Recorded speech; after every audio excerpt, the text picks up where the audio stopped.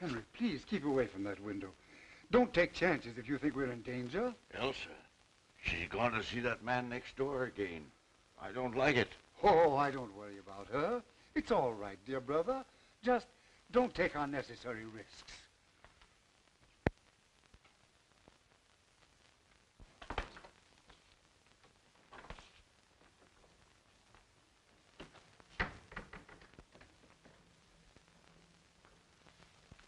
She's gone next door again. I know it. I saw her. Yes, sir. Thought you'd like to know, that's all. Good afternoon, Miss Murphy. How are you today? Fine, Miss Carson. Thank you for asking. Go right in. Hello, Mr. Bernard. Hello, Elsa. Sit down, please. I must have started something when I introduced you to Landis. Why? What do you mean? Did you come over just to have tea with an old man? Or is someone else coming? I don't know. Of course, if Jim drops in. Oh, him now, is it? Well, Landis is a fine chap, all right, but detectives shouldn't get married. Not until they retire. What do you mean? How about that lady who lives next door to us? Mrs. Tallman? Why, your aunt and I are just old friends. So I've noticed. Say, if you get any more crazy notions about me, you can meet Landis in your uncle's home instead of my garden. If you knew how I've hated my uncle's house, and now it's even worse. I've wanted to talk to you about this, Mr. Bernard. I don't feel that everything's right with my uncle's. Financially? Oh, no, it isn't that. It's just little things I notice. Well, tell me some of the things, Elsa. Well, none of them seems anything by itself. Oh, I suppose it's natural enough for two elderly men not to venture out of the house after dark. Anyone might hate to sit in a lighted room unless the blinds were drawn, and anyone might be nervous of burglars or fly into a rage at the mere mention of peddlers. Well, how long have they seemed nervous? I noticed it about 2 weeks ago. Have you any idea what makes them so nervous? They're rather mysteries in the neighborhood, you know. I've wondered about Deegan. Who's Deegan? He was the last man we had. He shouted all sorts of threats when Uncle Henry discharged him. I don't think he'd do anything really dangerous, though. I like Deegan. Much better, in fact, than our present man, Foot.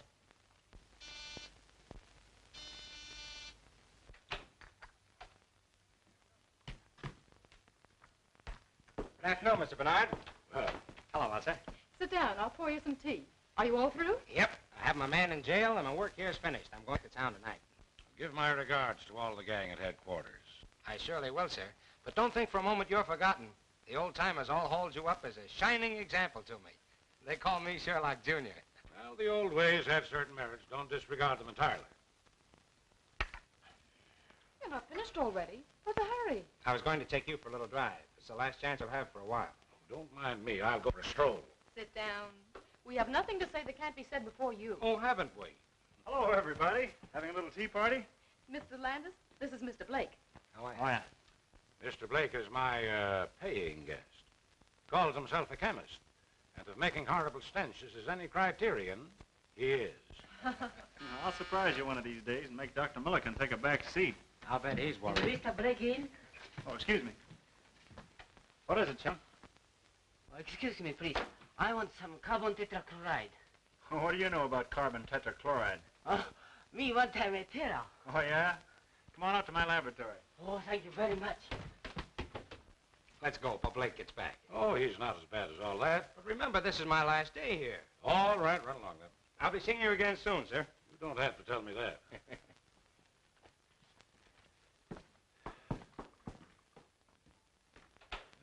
What a glorious thing youth is. Pity it's wasted on the young. I beg your pardon, sir? Oh, nothing, nothing. Aren't you going to let Mr. Blake have some tea? What's the matter, Blake? Oh, nothing. Has Miss Carson gone? That's your hated rival kidnapper. Who is he?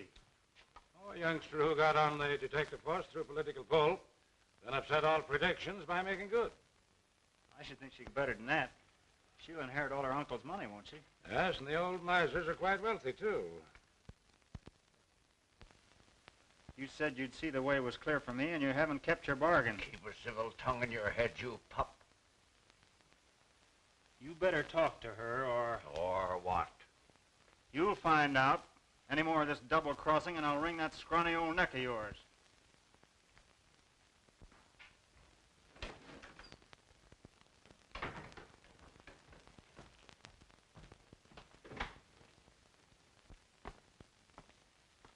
won't you please say yes, dear?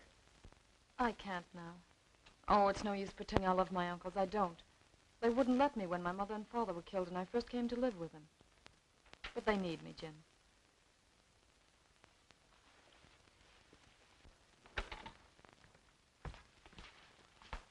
I saw you, you rake.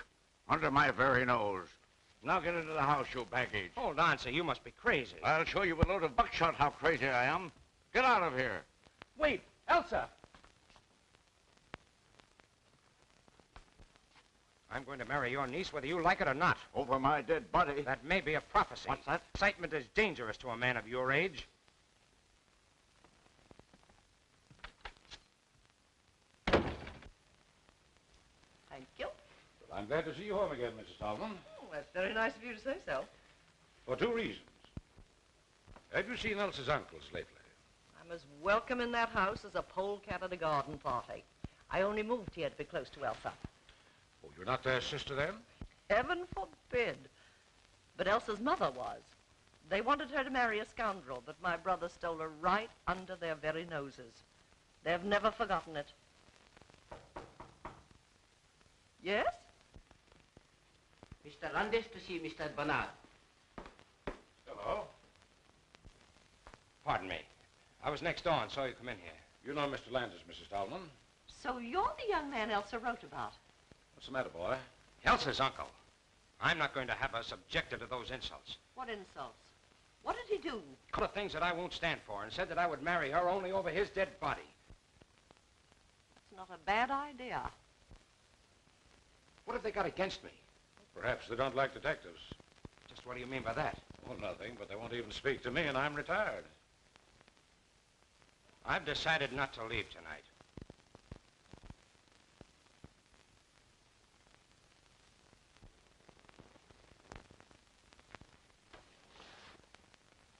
Henry, there's a man sneaking about the garden. What'd you tell me about keeping away from the window? What are you trying to do, make a target of yourself? But whom are you afraid of, Henry? You'll know soon enough if you're not more careful.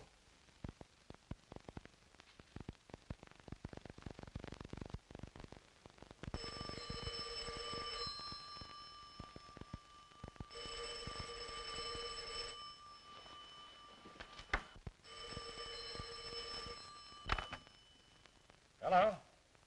Hello? Who is it? Well, sir. Please come over. Something terrible has happened. I'll be over as soon as I get dressed. Oh, please, Mr. Bernard, tell me what to do. There, now, dear, keep cool. Now tell me, what's happened? Uncle Henry, in there.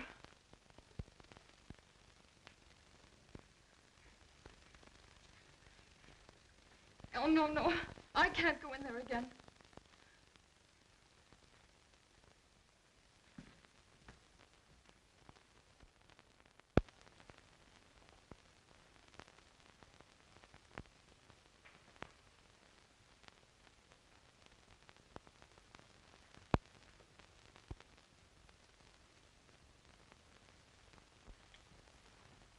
Hello, Doctor. Henry Carson is in there in the library, stabbed in the back. Great Scott. Murdered?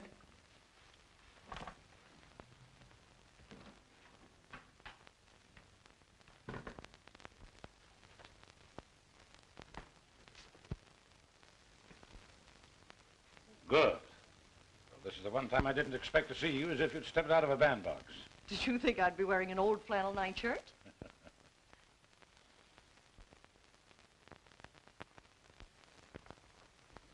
There. It was a dreadful shock, wasn't it?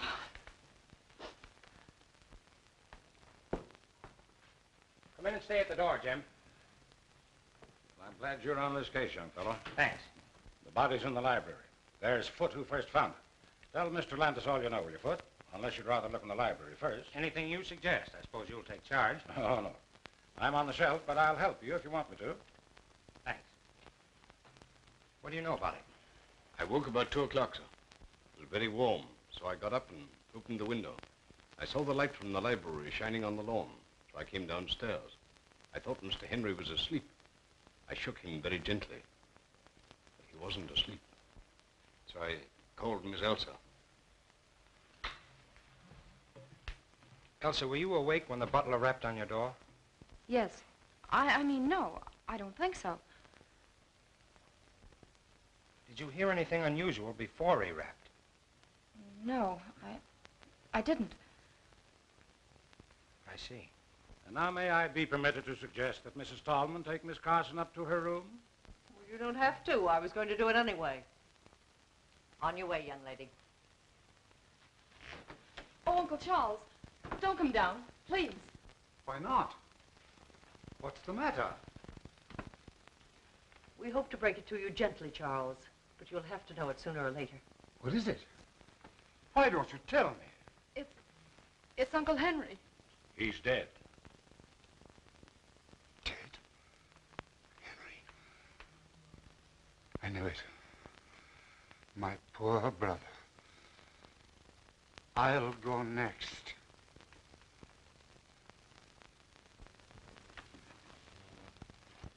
Do you think the stab in the back was the cause of death? Naturally. But this was done with a fine instrument, which accounts for so little superficial bleeding. There was none. The edges of the cut in his shirt and undershirt were bloodstained. Yet if the instrument reached the heart, there would be blood on it when it was withdrawn. If it reached the heart.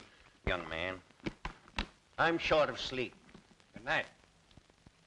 If it reached the heart.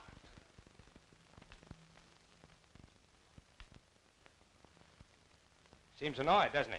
Well, naturally. First you doubt the wound is the cause of death. Then you talk about it having reached the heart. That's right. So I think I'll be saying good night, too. Now, listen. I don't want to bother you if you're not interested, but I'd be mighty grateful for your advice and assistance. Will you help? Well, if you put it that way, I'll do what I can. Okay.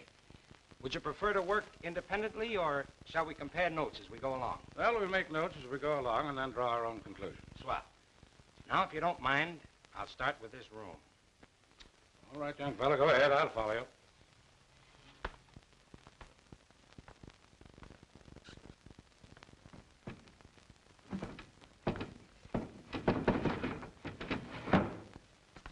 Evidently, the murderer didn't come in by the window. Well, there's no sign of a struggle. Carson was stabbed without warning as he sat at his desk, not moved to that position afterwards. I'm with you on that.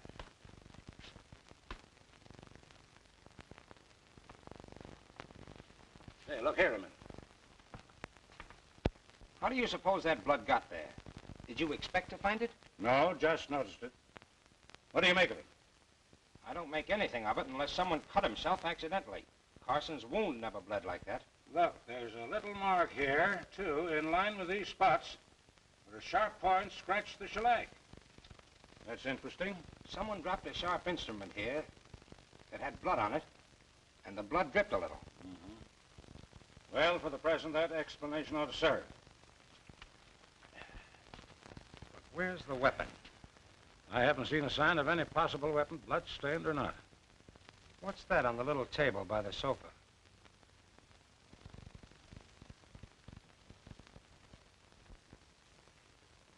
An empty scabbard. Doesn't look as though it would fit the weapon that inflicted the wound. Possibly not. And that's interesting, too. But where's the weapon that belongs to it? Might be worth finding out. Well, we'll look into that tomorrow. Meanwhile, is there anything more you want to do tonight? I don't want to keep you up, but I'd like to sleep on this with as much information as I can get. You know more about the household, and you were here first. All right, come over to my house, and I'll give you 15 minutes.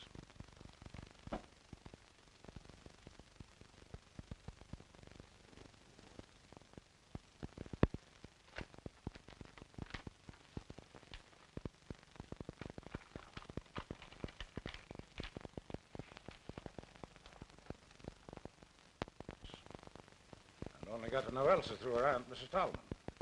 Well, that about covers everyone. Well, except Peter Blake, my lodger. What has he to do with it? Oh, probably nothing. But he's had his eye on Elsa for some time, and he knows she'll inherit her uncle's fortune. Well, as far as that goes, I could be suspected myself. Or Mrs. Tallman. You remember what she said. Well, now there's something else. Elsa was very agitated, of course, but wouldn't let me send for the police, which struck me as, well, unusual. She naturally wants to have the murderer punished. Yes, you think so? Yet when I suggested that she send for her aunt, she stammered a very poor excuse. But you did send for her. Oh, yes. Now, don't misunderstand me. I don't for a moment suspect either one of these two women. But there's something peculiar at the back of Elsa's attitude. She's fond of her aunt, isn't she? Oh, devoted to her. Well, I guess that's all. Oh, there. Let me show you what I found. I found it beneath the dead man's hand.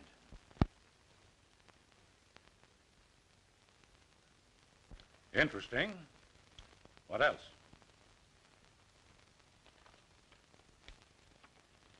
A dead mouse. Well, that's interesting, too. It's prima facie evidence against the housemaid, but it's not just the kind of evidence we're looking for, is it? Maybe not. Who knows? Good morning, dear.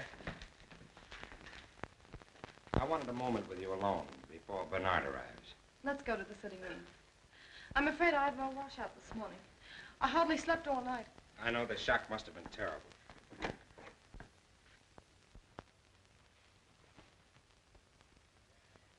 Jim, I'm terribly upset. There, don't worry. We found a number of clues. Mr. Bernard. Just wait outside. Well, good morning, dear. Any inspirations in the night? No, but I've arranged for the autopsy and had a look over the grounds. I was just going to ask about this man Deegan. Do you think he had anything to do with last night's tragedy? I don't think so. I don't know. Of course not. Elsa, were your uncles still engaged in business? I believe Uncle Henry wasn't away. They seldom went out, but Uncle Henry wrote a good many letters. It was he who handled the details, then? I suppose so. But you know nothing of the nature of their business. They never talked much of it. Some real estate investments, I think. You never overheard them mention an enemy? No, I never have. Would it be possible for us to see your Uncle Charles for a moment? Oh, no, you mustn't. Please, don't disturb him now.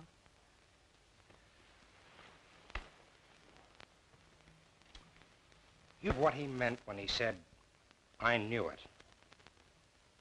Only that he's been afraid of something for weeks. You know of any quarrels your uncles may have had with anyone? Anyone at all, recently? Don't mind me. If I'm guilty, I'll condemn myself. Did anyone else call at the house yesterday or last night? Well, what was that? Did anyone else call yesterday or last night? I don't think so. Won't you let me go now? Before you go, may I ask you one more question? What is it? I just want to know whether you saw anyone other than the regular household about the place last night before the tragedy. No, I did not.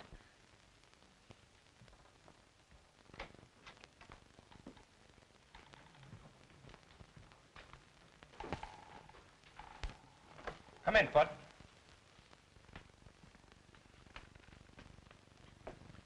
Sit down.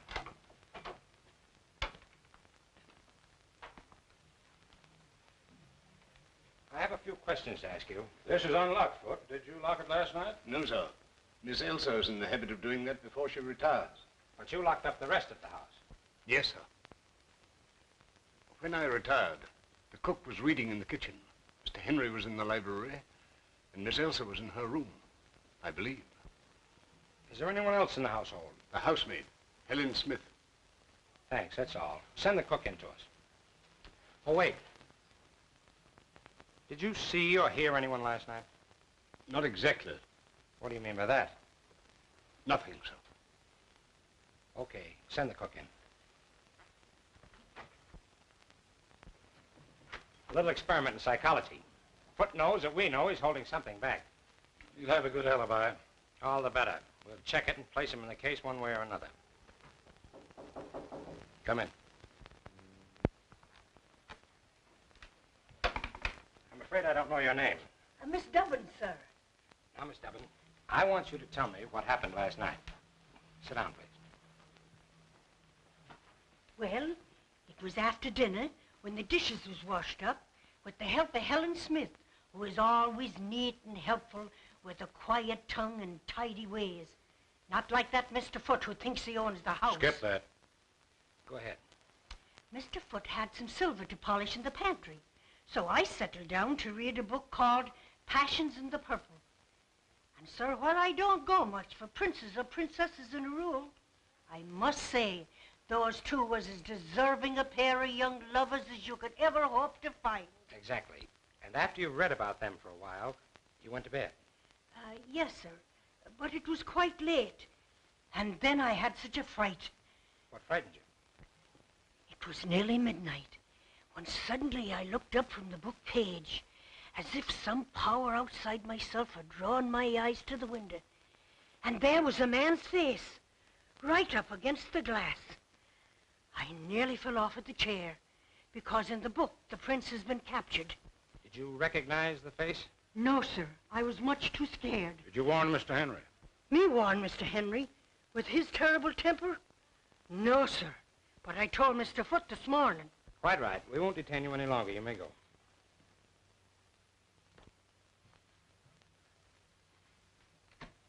Well, that's that. What do you make of it?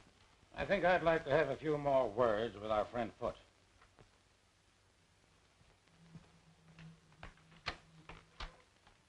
Foote. We find we have a few more questions to ask you. Yes, sir? Have you put down any poison against rats or mice lately? No, sir. I didn't know of any having been put down. Say, by the way, why didn't you tell us about the face at the window last night? Slipped my memories. A few minutes ago, I asked you whether you saw or heard anyone last night, and you answered, not exactly. Well, sir, I told you that I woke up shortly before 2 o'clock. But I woke before that, around midnight, I believe. I was awakened by voices. A voice, anyway. Did you recognize the voice? Did you recall any words? No, sir. But I felt sure I'd been awakened by a voice. Did you get up? No, sir. Why did the murdered man fire Deacon? Sure I don't know, sir. What hold did you have on Henry Carson to make him fire a good man without cause, just to make a place for you? You'll excuse me, sir, but I don't know what you're talking about. Did you ever hear of Foxy Wilder? No, sir. That's all. Send in Miss Smith.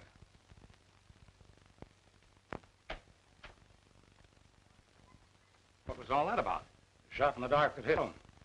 Did you see Foote take it? I certainly did. Who's the man? Forger that I haven't seen for 15 years or so. He was arrested twice, but wiggled out of both convictions. We have his fingerprints, though, and I'm practically certain he's the same. The idea that he might have had a hold on Carson out of the past is interesting. Yes, very interesting.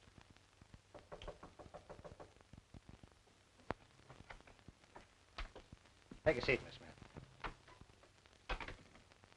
I know nothing about the murder of Henry Carson. I was in bed and asleep by 10 o'clock. Miss Smith, did you sweep the library this morning? I did not. It was swept the day before. Did you dust the little table by the couch? Of course I did. Did you see the dagger there in its scabbard? Of course. To whom does the dagger belong? To... Why? We're asking questions. To whom does the dagger belong? I haven't any idea. Does it belong to Miss Elsa? Well, if you're trying to accuse that poor innocent girl... Does belong to Miss Elsa, eh? I haven't the faintest idea. That's all, Miss Smith. You may go.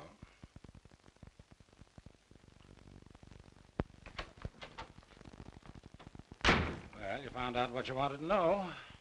Now, look here. You don't imagine that Elsa... I imagine nothing. There's a lot of things I want to know.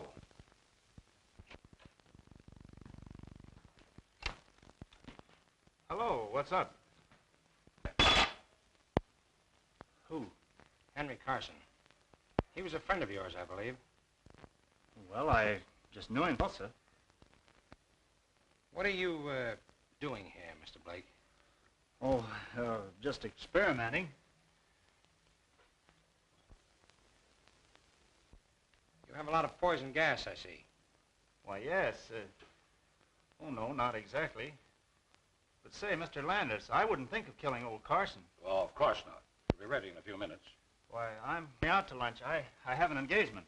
Going far? Oh, no, just around here.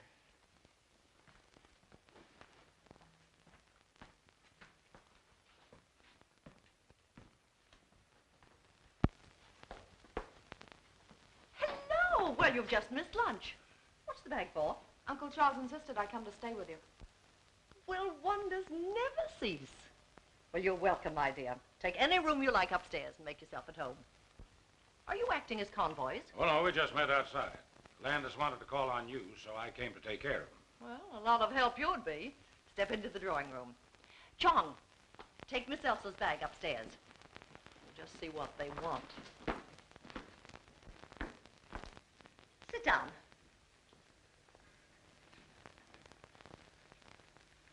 You want to talk to me? Did I or did I not kill Henry Carson? That'll do for a start. Well, what do you think? You're a detective? You'd be surprised at the number of charming-looking women that permit themselves the luxury of murder. You know, I'm beginning to like you. But you haven't answered my question. I'm not going to, young man. Find out for yourself. I'll admit I once shot a man, but it was a very poor shot and I was terribly ashamed of it. Carson's death was no great grief to you, was it? No. I'm a good hater, as anyone who is unkind to Elsa will find out. Have you been in touch with the Carson house lately? Let's see. We talked it over last night. But we couldn't imagine who might have done it. I mean, were you in touch with the Carson house, Mrs. Tallman? Why, I haven't seen Aunt Marion for days. But you talked to her. After we found Uncle Henry, Aunt Marion came over, you know. Don't be silly, child. You telephoned me last night about 10 o'clock and asked me to come over. Why didn't you tell us that, Elsa? What has telephoning my aunt to do with the murder? It might have a lot to do with it. Did you go? No. I knew that a row with her uncle would just make matters worse for her. Was it because of the incident between your Uncle Henry and me? Yes, he was much worse after you left. Now, you mustn't let our visit upset either. Oh, certainly not. But on the other hand, Mrs. Tallman, I must ask you not to attempt to leave town. I have no intentions of leaving town. You'll find it very hard to arrest me while Chong is still with me. Good afternoon, gentlemen.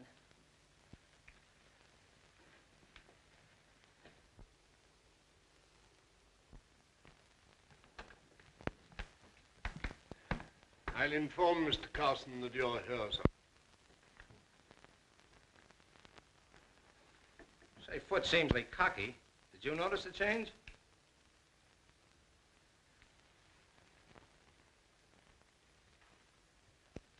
What's the matter? Never going to speak to me again? Look here, young fella. What is the idea of that last crack to Miss Tallman? Too bad if it turns out to be her. You go chase yourself. Well, gentlemen, here I am. Be seated, gentlemen, please.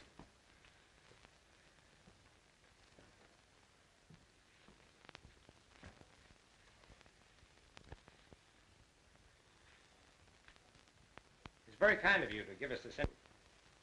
We have no definite clue as yet, so we've been forced to come to you for help. I'm afraid there's little help that I can afford you. You see, my brother was a good man, but he had a violent temper, which made him many enemies. Cause for your nervousness of late. Figure sneaking about the grounds. Yeah. And at what time? I was reading in my room late at night. When I put out the light and opened the window, I figure there by the hedge. Did you describe the man at all? No, it was too dark. Did you hear anything last night? I was very tired and I didn't wake up until Foot called me. I'm sorry I can be of so little assistance, but I'm here. Apprehensive yourself lately, haven't you? You said something about being the next to go. Yes. I regretted those words the moment I had spoken them. I had wished to frighten Elsa more than she'd been frightened already by the tragic fate of her brother. Mr. Carson, what do you know about Foot, your butler? Why, almost nothing. My brother hired him, I think, because of a letter that he wrote asking for a position. Foot is a friend out of the past. Yes, I suppose so, Mr. Bernard. I felt that sometimes he presumed upon it a little. Mr. Carson, I have one more question to ask. We found no trace of the weapon yet. Searched the house? Of course, gentlemen. Search wherever you will.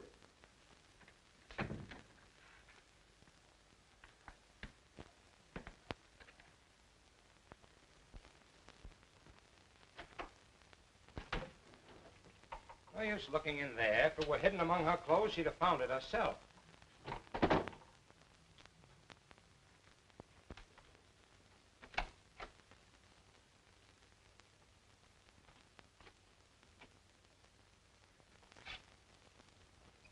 Curious? Look at it. What about it? Why, look at it. Elsa never wore a dress like that in her life. Well, maybe it belonged to her mother. Take a good look, will you, Landis? This dress has been worn recently. And look, the bottom of the skirt is muddy. The mud isn't quite dry, see? See, you're right. There's another odd thing. Look at that cut. Singed. Quite recent, too. Elsa must have been doing some cooking. Yes, and put her whole arm in the stove. Look at the length of that skirt. And another thing, it's too big for her. Looks more like a dress Mrs. Tallman might wear. I believe it'd fit her. I'm going to have a look at that stove. Meet you downstairs.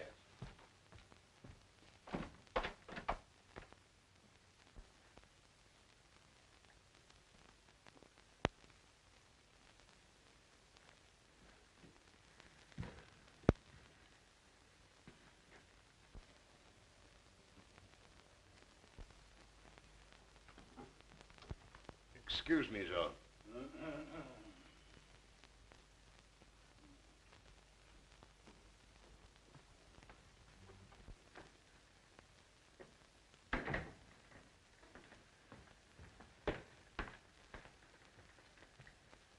I thought Foot was here.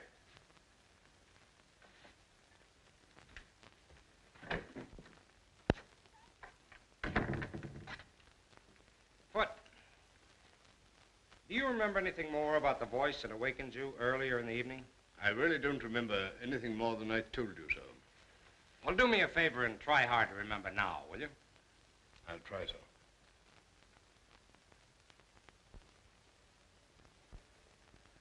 It's no good, sir. I really can't remember, and I don't want to lie about it.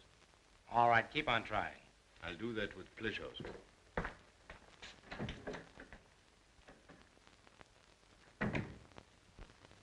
No, I can't say that I noticed anything peculiar about the library chandelier. Well, I did. When we were waiting in there for Charles Carson, I happened to look up at it. One of the gas jets was fully open and parallel with the pipe. But Great Scott, man, we would have smelled it. Oh, no, we wouldn't. The cook tells me that Henry Carson had a scrap with the gas company and it was shut off all over the house. She uses a coal stove. That's how I found out about it. Well, what harm could it do then if it were open? When I went in to speak to Foot, it was closed again. But who would have touched it? Was Foot in there long enough to have turned it off? Oh, quiet. What on earth has that got to do with the case? You don't see the connection? No, frankly, I don't. Well, possibly not. It was just a crazy idea I had about Blake. I don't take much stock in this affected humility of yours, young fella. Come on now, what's the connection? We'll see. Oh, I took the facts out of the cook that the man at the window looked like a foreigner. Wore a cap, had gray or blue eyes, an unshaven face, and a black mustache. A complete description. Either she was lying in the first place, or she's made it all up. No, she didn't know she knew it. And we'll have no difficulty in finding it. Want me to do it? I'd be glad if you would. And now, before I leave, I think I'll pay Mr. Blake another little visit.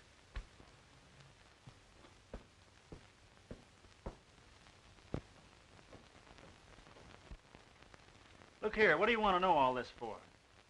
You prefer not to answer? No, I don't mind. I was only joking. The fact is, I'm working on a new infallible gas disinfectant for rooms where people have had contagious diseases.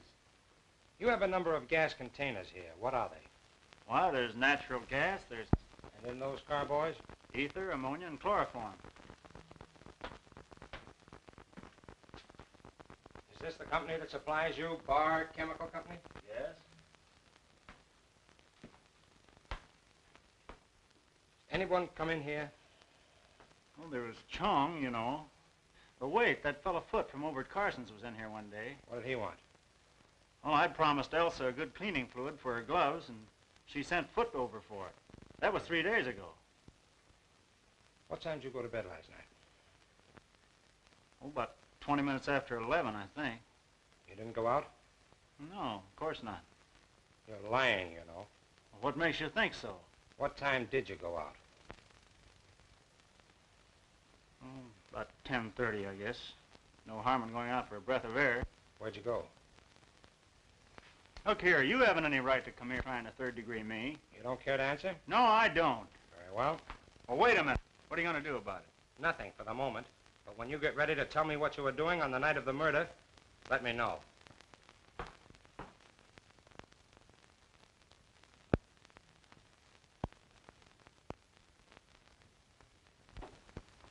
Good morning, good morning. You're an early bird. Or haven't you been to bed? You realize this is the third day now and we're just about where we started? Oh, I wouldn't say that. Well, I'm anxious to hear what you found out yesterday. Good. Sit down, then. Oh, by the way, I checked on Deegan. The people who employ him were giving a party that night, and he was on duty until 4 in the morning. So that eliminates him. Well, I had better luck. I expect to produce the face at the window today. How?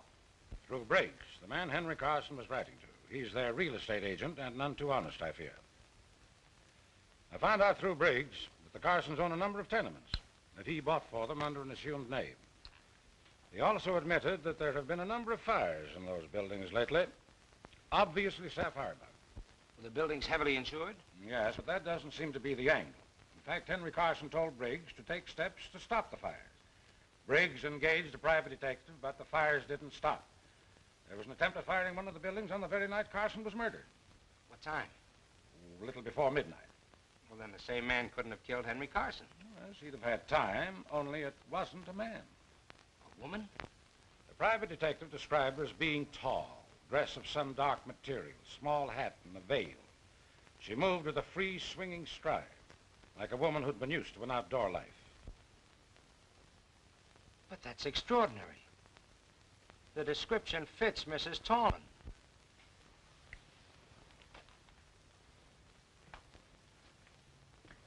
I knew you'd say that. I asked Charles Carson if he had any clue to the firebug. He's got someone in the back of his mind, but he wouldn't say. Though he hinted that the firebug and the murderer might be the same person. You think Mrs. Tallman couldn't have done it? That dress in Elsa's room. Well?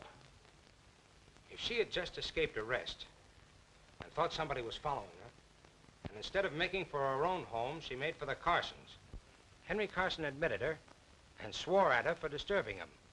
His voice, or hers, woke Foot. In the heat of the moment, she picked up the dagger, stabbed Carson, then hurried to the hall.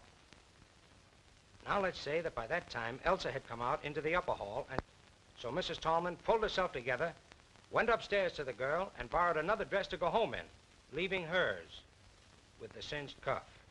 So you figured that you put two and two together, eh? His attitude? Yes, but it wouldn't explain the face at the kitchen window, which is an exact description of one of Carson's tenants. A man who lost his wife and child in one of the fires. Let's go see Foot. Good morning, Doctor. Yes, and I was here very late last night. Carson's in pretty bad shape. Now, what's the matter with those servants? I've rung 3 times. Oh, good morning. Takes you a long time to answer that bell. It isn't my job to open the door. It's Foot's. Will you send Foot to us, please, Miss Smith? Yes, sir. Would you wait in the library?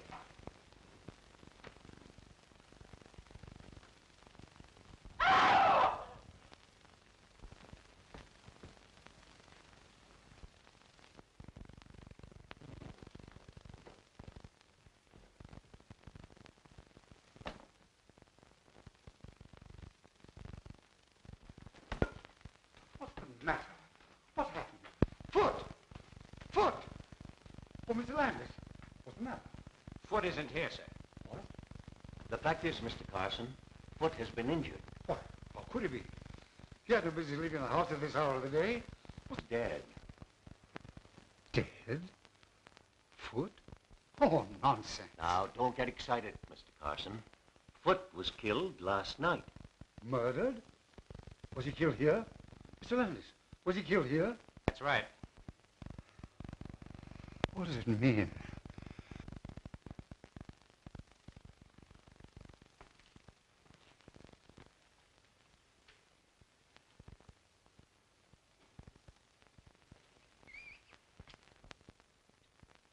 Look here, Landis.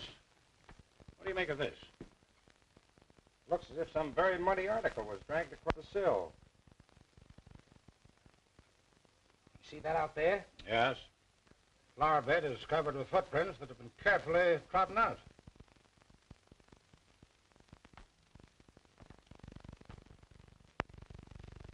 Did you look at...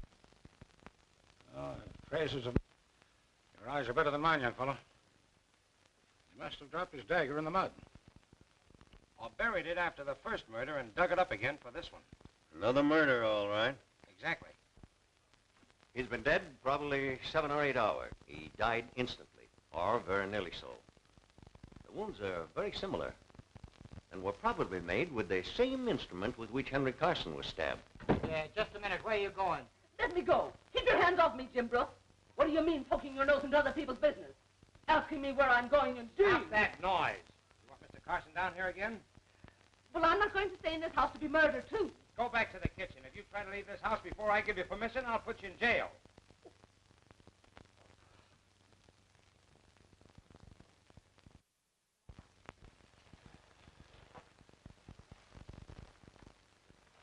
Helen Smith is gone, and there's only the cook, so I had to come back. Yes, dear, we let her go home. I've questioned both those, and I can't throw any light on the case. Now, I want you to trust me, Elsa. I do trust you, Mr. Bernard. Then I want you to tell me how you knew that your aunt came here at a late hour the night your uncle died. I can't. You'll tell Jim, and he already suspects Aunt Marion. She told me so. Now, my dear, you've asked me to help you, but you won't help me. I want to prove a record is clear, but I can't do it unless I know everything. I suppose I ought to trust you. I know you wouldn't say that, just find out. No, I wouldn't. All right. I got up to get a drink of water, and I heard the library door close and looked downstairs. What time is that? A little after 1 in the morning. What did you see? It seemed so treacherous. I saw my aunt. Was there a light down? Just a dim nightlight. But I called out, Aunt Marion. Yes, what did she say? She didn't say anything. She put her fingers to her lips.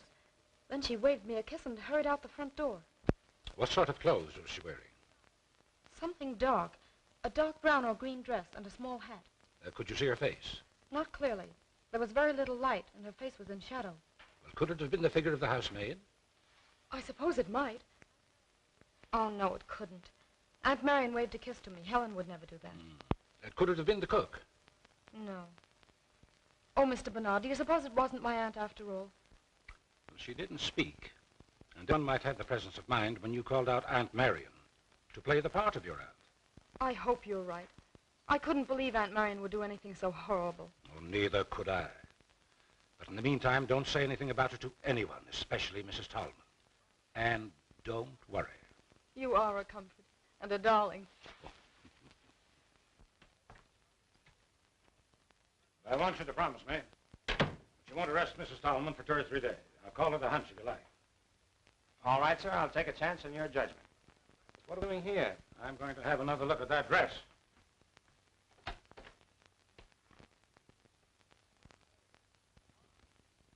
Gone. Gone. I'll have a chat with Elsa about it.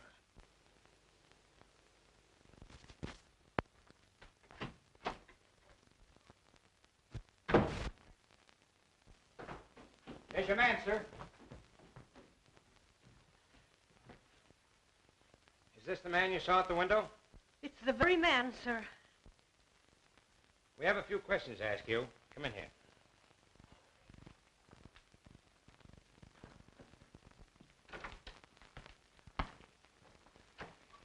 Sit down.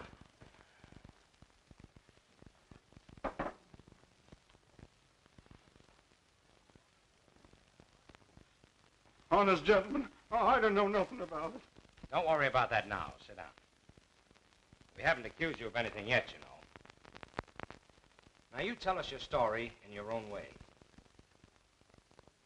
Well, it was like this. A month ago, I was a contented man with a wife and a baby. He was as pretty a kid as... Well, I'd been working one night, and I was getting home late. I saw a lot of people running towards my street, so So I ran too.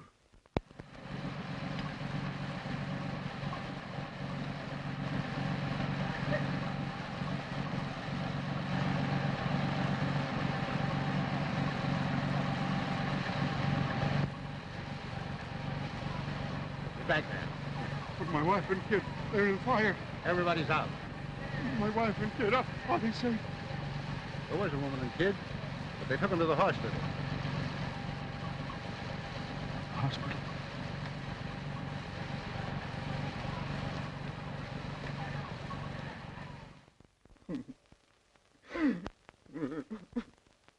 Excuse me, gentlemen.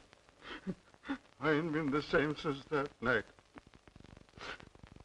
Well, I rushed over to the hospital, and there was Alice and little Bill lying in a bed together with a sheet pulled over their faces. So you set out to find the owner of the building? That's it, sir. All I was asking was the price of a tombstone, like Alice had wanted, that's all. But Briggs, he wouldn't tell me. So a friend of mine in the fire department, he made him spell the names of the owners and their address. So you came out here? That's right, sir. But I couldn't get here till late because I got mixed up finding the place. Must have been about 11:30 by the time I got here. What did you do after you got to the house? Well, I looked in the back window. There was a woman there sitting and reading. Well, she let out a yell, so I ducked. You mean you went home? No, sir. I wanted my rights. I came round this window here, but all of a sudden the lights upstairs went out. So I ducked, scared somebody might look down and see me. That's just what happened. You were seen. Now come clean. So help me, I'm telling the truth. Well, after a while, I crept back and looked under the shade. At this desk here, there was an old man looking over some papers. Did you rap on the window? Not me, sir. I wasn't looking for trouble. I just walked along the house to see what kind of a car they had, to see if they was rich. The garage was empty, so I went home. Is that all? I guess that's all. But I didn't murder the old man. You better tell us everything, Bell. Oh, what's the use? You wouldn't believe me. Why don't you try? Well, it was like this, sir. The garage was all dark inside, but I carry a torch, and just as I took it out, something hissed at me from the back of the garage. Hissed at you? Yes, sir, I'll swear to it. It scared me so bad that I ducked again. Then how did you know there was no car there? Well, after a while, I came back and I flashed on the torch, and that time I saw it. Well, what was it? I said you wouldn't believe me, but I'll take my oath it was a snake, wiggling away toward the back. You sure it wasn't a long red herring? I'll take my oath it was a snake. So you went home? Yes, sir. I went straight home as fast as I could. You're never near this place before? Well, I never found out the address till the day before. How could I come? You came again? I never did, sir. I never came near that place again. You came here last night, crept in, stabbed another man at that desk, just as you stabbed Henry Carson. I didn't, sir. I didn't. I swear I didn't. Where were you last night after midnight? I was in the picture show. Anybody with you to prove it? No, sir. I went alone. I'm going to send this fellow home now, but don't lose track of him for a few days. All right, Val. You can go home now. Home?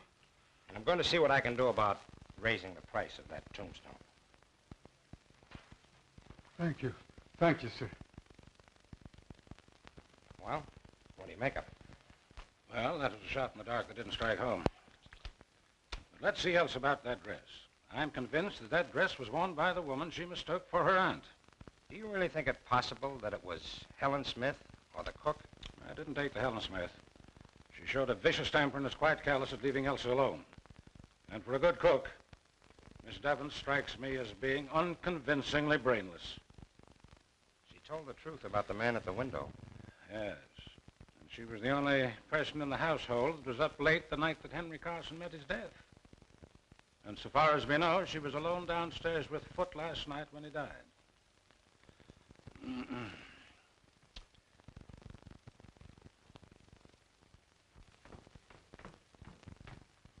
Where are you going with this? To the kitchen, sir. And the incinerator, I suppose. No, sir. Miss Elsie thought I might be able to wear it. Elsa!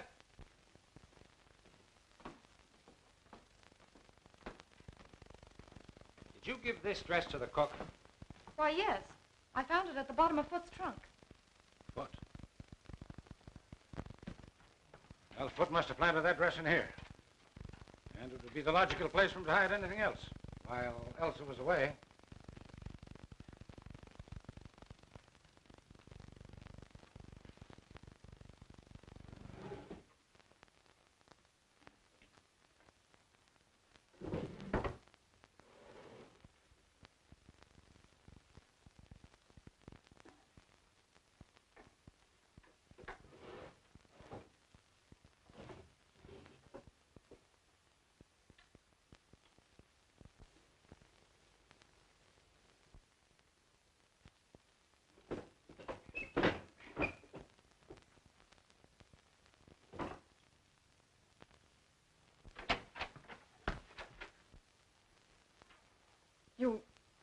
You found it. Yes, Elsa, where you hid it. Oh, I know I shouldn't have done it, but it lay there. Where? It lay on the floor of the library. Foot hadn't seen it, so I sent him for water. Then I ran upstairs and threw it in my wardrobe. That's why you called Mr. Bernard from upstairs, but why did you hide the dagger, Elsa? Oh, don't you understand? I thought I had seen Aunt Marion leaving the library. When I saw that dagger covered with blood... Then you washed it and later hid it in the drawer. You did a very foolish and dangerous thing. Oh, it wasn't as bad as all that, dear. There are other clues, you know. I'm sorry. But I'm not frightened anymore. The gentleman from the chemical company wants to see you, Mr. Landis. Oh, thank you. Will you come too? Excuse us, dear.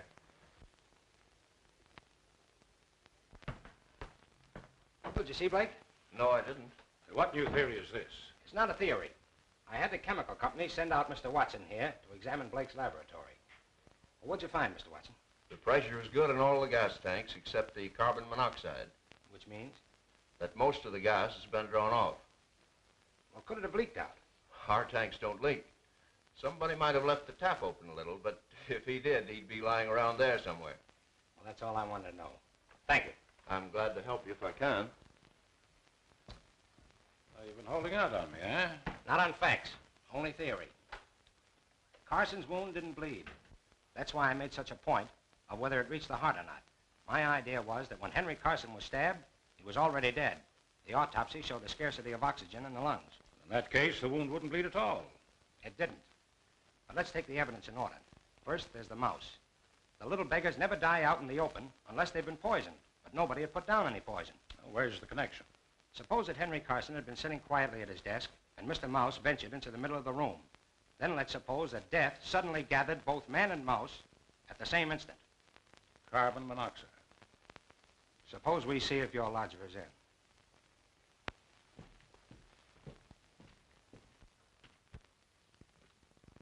Well, it looks like he skipped. I'll broadcast his description. We'll soon pick him up. Say, Landis, how do you figure the gas got in the library? From the gas jet and the chandelier. Blake tapped the pipe and let in the carbon monoxide from the tank. Sounds interesting, but I'm inclined to think it's all moonshine and coincidence. Now, how would that hook up with the stabbing of Henry Carson and the stabbing of Foot and the dagger and the disappearing dress and the woman in the hallway? Were they all in the plot together? We're not even sure that Foot and Carson were stabbed with the same dagger. We're sure they weren't. Elsa hid it long before Foot was murdered. Oh, quite so. But that doesn't prove that both men were not stabbed with one and the same dagger. For the love of Mike, man, you don't suspect Elsa. I don't think Henry Carson was stabbed with a dagger at all.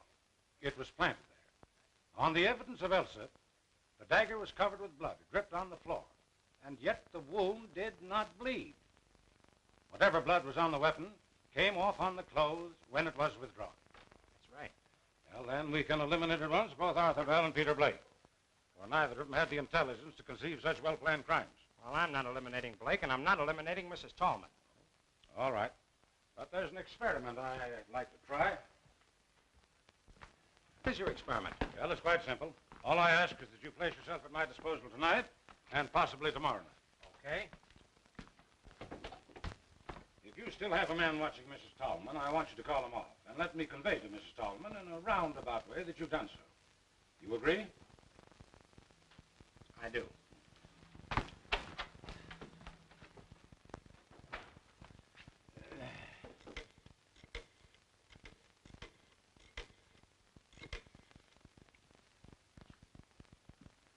Hello, Elsa. Well, I think I have some good news. Landis has agreed to remove the man who's watching Mrs. Tallman. And he doesn't suspect her anymore? Oh, may I tell her so? Oh, I don't see why I shouldn't tell her. I don't think there's any secret about it. Well, I wouldn't be surprised if we had the real culprit any time now. Oh, it's a pleasure. Goodbye. All right, I've called off my man. What next? I want you to go back to your hotel and stay there quite openly. And about 11 tonight, slip out and creep up to my back door without letting anyone see you. Anyone at all. Can you do it? I think so. All right, then. Off with you.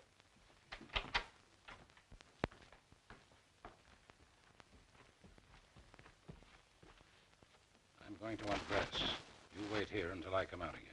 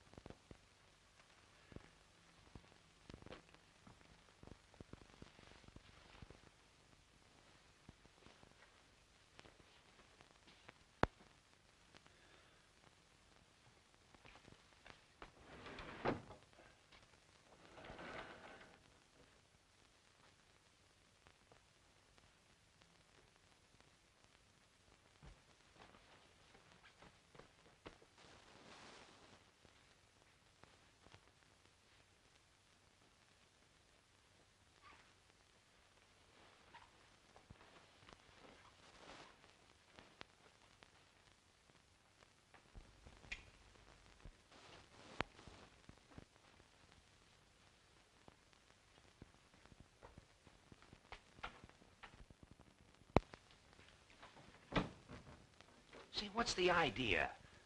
That's the experiment. Don't talk, not a sound.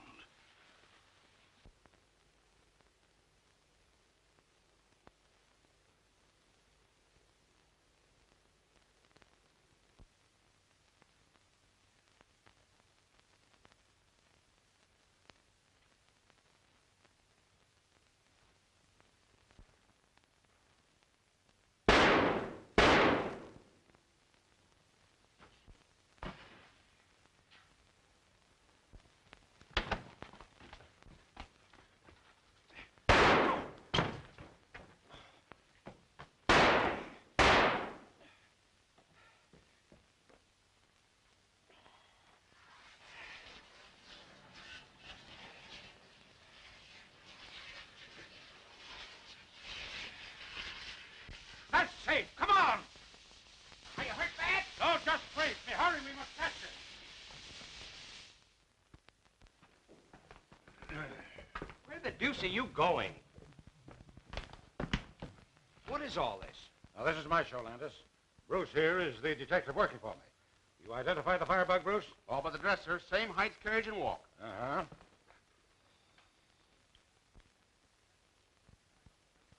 Mr. Landis, I know that I've done wrong. Would you tell me, please, if I'm to be incarcerated tonight or permitted to sleep here? What do you think we're going to charge you with? Well, dressing as a woman, I know it's illegal, but I wanted to find the murderer of my brother. We're saving you the trouble. We're charging you with the murder of your brother and the murder afoot, setting fire to your tenements, and the consequent death of Martha Bell's wife and child. Ridiculous. You know that I was in my room, and at what hour I put out my lights. Yes, I found the clockwork arrangement that put out your lights. Now I'm going to find the dagger with which you stabbed your victims. That was a smart idea of yours, planting the dagger smeared with your own blood. You see, I saw the first morning that you had adhesive tape on one of your fingers. Lies, lies, Mr. Landis. How long is this farce to continue? Until you confess. Come on, Landis. Let's find that dagger. I think I know where to look. One moment, gentlemen, please. I admit I'm the firebug. Unfortunately, I'm the miserable victim of a pathological mania. But I know nothing about the murder of my brother or afoot. That woman next door did it. You murdered them both. You fired your buildings for the insurance. Then you came home that night and found your brother as you thought asleep. With him out of the way, you would possess his fortune as well as your own. You saw the letter he was writing to Briggs, and you stabbed him to put an end to him and his interference. You're mad. But Elsa's cry awakened Foot, who came down and found you and Femin in the tire. He proceeded to blackmail you. You lured him into the library, where you stabbed him as you did your brother. Pray, tell me, where is the weapon with which you imagine I killed my poor brother and Foot? It isn't in the house, so it must be somewhere in your course between the front door and the side door where you re-entered the house. Come on, Landis. We'll look the ground over again. Right. So, you've got your flashlight? Yes, well, we'll take Carson along.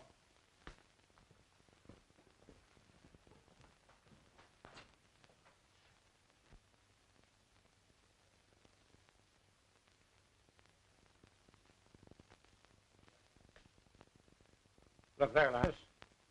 Doesn't it seem strange that such a tall plant should be tied to such a short stake? That stake? That wouldn't help it any. Bruce, pull it up and let's have a look at it.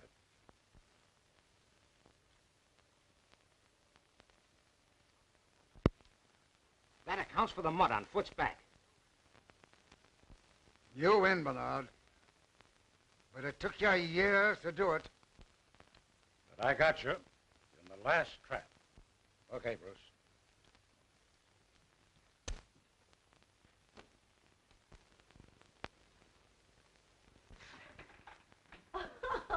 Cleared at last, and you're foiled again, Jack Dalton. I'm sorry, Mr. Tallman. Oh, forget it. I suppose you want to talk to the mastermind. Yes, but I wondered... Oh, I know what you're wondering. I'll just see if she's presentable. She's had quite a shock, you know. Yes, she must have had. You'll find Sherlock in there. Thank you. Good morning. Oh, good morning. Oh, don't get up. See, now that it's all over, do you mind telling me how you happen to suspect Carson? Not at all. You took it for granted that Carson wouldn't murder his own brother, and you never looked his way. I didn't and did. That's all. Well, that's not all by a long shot. But I believe congratulations are in order. Oh. But don't forget, you must congratulate me, too. For what? Because I've got the man who really killed Carson. Blake? Yes, again. Say, what is this, a game? Where is the real murderer? I have him by the hand. Are you trying to kid me? I'm not kidding. You killed Henry Carson. I never could figure why Foot should turn back that gas jet in the library. It didn't make sense. But you were there, too. It was easy for you to enter the library while I was talking to the cook. Go ahead. Carson's last words when he was caught implied that you had known each other before, but you were certainly not old friends. So you must have been enemies. You on the side of the law, he against it. So far, you're right. But not once could I get evidence to justify an arrest. Now, what else, young fella? There was Arthur Bell and the hiss of the snake. I took another look at the Carson garage this afternoon. In the back wall, behind the firewood, is a small hole recently bored leading to your garage. And there are yards of rubber tubing in the back seat of your car. Naturally. It's no dice. You'd already opened the gas jet in the library that day you called about the fence. Mm-hmm. What else? You made sure that Henry Carson was at his desk. Then you connected the tube with the gas jet in the garage. You then went back to your own garage, connected the tube to the tank, and turned on the gas. That was the hiss that scared Bell. You let in enough gas to kill a dozen men and a mouse. Then you drew back the tube, and it was the end of that writhing tube that Bell saw. Of course, he thought it was a snake. And the confessed stabbing of Henry by Charles. Henry Carson was as dead as that mouse when his brother stabbed him. An interesting bit of reasoning. How long have you believed it? I suspected it days ago. You were so down on my theory of gas and so unwilling to involve Blake. Landis, you've done some fine reasoning. I never thought you'd figure it out. But you don't know the harm those two men have done. I came here to live with no idea but to trap them. You see, we never actually met, but they knew me as well as I knew them. Hello. Are you two still congratulating each other? We're pretty good. Well, there's someone outside who thinks so, too. Oh, you'll pardon me if I carry this investigation a little further. Won't you sit down, Mrs. Tallman? Certainly. Well, I suppose you're very busy now with Sean gone and Elsa on your hands, but if you have a minute, I've got something to tell you and something to ask you. An hour, if you like. Well, I thought you'd like to know that Landis has traced the murder of Henry Carson for me. What? But you didn't do it. Oh, of course not, but I've practically confessed it, and Landis has let the matter drop. Well, I'll be... That's all right, it's all right. What else could I do? You see, I found some rubber tubing that belonged to you hidden behind the firewood in the garage. I pawed it over to hide your fingerprints and leave my own, then I hid in the back of my car. But will you tell me, please, in confidence, how you got that tank of carbon monoxide to asphyxiate Henry Carson that night? That's the only thing I don't understand, the only thing that doesn't fit. Do you mean to say that you confessed to such a crime to shield me? But what else could I do? But I didn't do it. What? Then who the heck did? Well, you're just in time, children. For what? You accused Mr. Bernard of killing Carson. Now I'm going to tell you who really came. 2 weeks ago, I was fool enough to remark in Chong's hearing that if somebody would only murder Henry Carson, I'd be the happiest woman in the world. The morning after Henry was killed, I remembered.